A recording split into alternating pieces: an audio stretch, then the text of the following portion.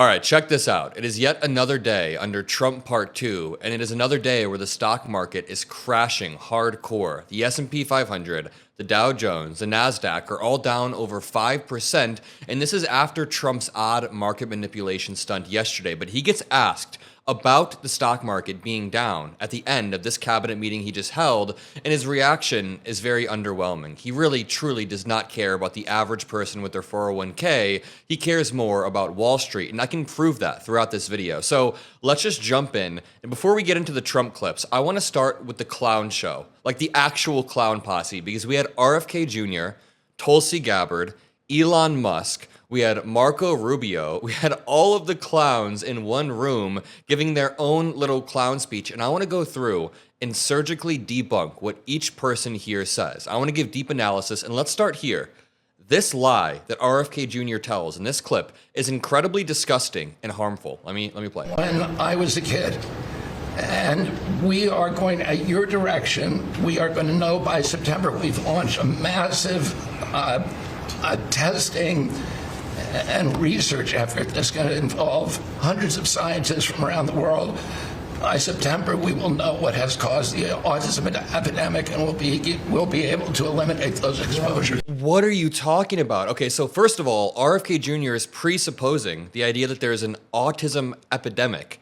There's not a quote-unquote autism epidemic. That doesn't exist. What has happened is we've increased our ability to identify and detect autism. We didn't know 50 years ago that there was a spectrum and that autism was more nuanced than we thought in the 40s, or the 30s. So the idea that this increase in autism detection is actually caused by vaccines has been debunked repeatedly. The person who came up with this has been totally discredited. His career was ruined. I'm pretty sure he admitted that he lied entirely, yet RFK Jr. is running the ball down the field with the same exact lie that's been debunked time and time and time again. Let me just say one more time. We've just gotten better at detecting autism. That's why we have an increase in the amount of autistic people. If you appreciate my surgical debunks, make sure you drop a like and drop some blue hearts, because I really do think it's important to boost this message. Let's go on to this next clip of RFK Jr. talking about measles. The CDC has done an amazing job at getting the measles outbreak under control. We have about 680 cases now in 22 states, compared to the same outbreak in Europe, which is 127,000 cases. And yeah, the outbreak in Europe is bad, but we should be comparing America to America, right? Not all of Europe. I mean, if you want to look at America, we have more cases this year than we've had over the past decade. 3 people have died already, and that we're just beginning. So the idea that it's totally under control kind of gives me COVID vibes. You can't just sweep deaths under the rug. I'd rather just him be honest and say, listen, we are actively working on fighting the situation. You have to be careful and take these precautions. Instead, it's, we have it under control. We're fine. There's nothing wrong. Check out this clip of Marco Rubio talking about taking away student visas, and I'll debunk what he's saying after. We're going to continue to do it. So when we identify lunatics like these, we take away their student visa. No one's entitled to a student visa. The press covers student visas like there's some sort of birthright. No, a student visa is like me inviting you into my home. If you come into my home and put all kinds of crap on my couch, I'm going to kick you out of my house. And so, that's what we're doing with our country, thanks to the president. And last but not least, very important development this week, but both Pam and I were very excited, the finest higher education. The only problem with that analogy, the house analogy that he used, is that the owner of the house switches every 4 years. So there is a very slippery slope that happens here. When the presidential administration is unilaterally deciding who is a threat to national security with zero due process and then just taking their visas away, the next administration can then unilaterally decide who is a threat to national security. So here's an example. If the Trump admin wants to just on a whim say that pro-Palestine protesters need to be deported, what if we say in 4 years that anyone who was at January 6th or anybody who's a part of the Proud Boys, if you're on some sort of visa, that you need to get deported? You can't unilaterally decide that, or I guess you can if you're the Trump admin, but it sets a very, very scary precedent, and that's the argument that we're making. Really quickly, I will be doing a live stream at 5 p.m. Central today to react to my Jubilee debate. I did a huge debate show, a panel, and I'll be doing a live stream at 5 p.m. Central to react. The next clown we have is Tulsi Gabbard. And I'm just going to say, this clip is a complete distraction. The only reason I'm playing this clip is because I want you to understand it's kind of a distraction. And lastly, we've been scanning. I've had over 100 people working around the clock to scan the paper around RFK, Senator Robert F. Kennedy's assassination, as well as Martin Luther King Jr.'s assassination. These have been sitting in boxes in storage for decades. They have never been scanned or seen before.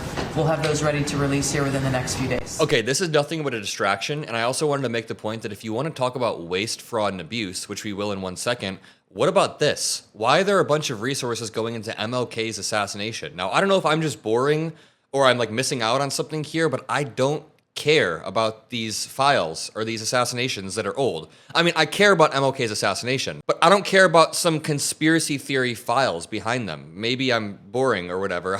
I really don't think it's a big deal. Or Senator Robert F. Kennedy's assassination files. Why do I need to read those? I really do not give a shit. It's just a distraction from the main topics, which are Trump crashing the stock market, Elon Musk firing veterans and making cuts happening to Medicaid and Social Security. We'll get to Elon in 1 second. Let's check out this clip of Elon, who, by the way, was not supposed to be at this cabinet meeting. Then they included him at the last minute. I guess all the clowns had to be there. Great job. Hello, Elon. Well, thanks to your fantastic leadership, this amazing cabinet, and the very talented Doge team, I'm excited to announce that we anticipate savings in FY26 from reduction of waste and fraud by $150 billion.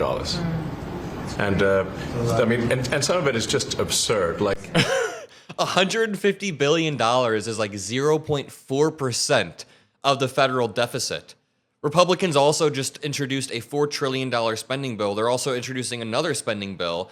Trump is a massive spender. You know, Elon Musk's numbers that he's throwing out here may be a bigger distraction than what Tulsi Gabbard was just talking about with the RFK Jr., the RFK files. The real story is that Congress, with the help of Elon Musk, they are targeting Social Security, SNAP benefits, Medicaid, Medicare with these new cuts.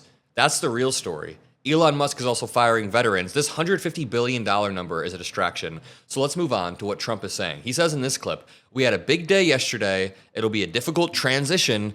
And we basically looped all the way back around to when Yellen was saying that inflation was just transitory a few years back, which they were right. Jerome Powell was right that inflation was transitory. But now Trump is literally saying himself, it'll always be a difficult transition. But yesterday was the biggest day in history in the markets. But wait until he gets asked about today.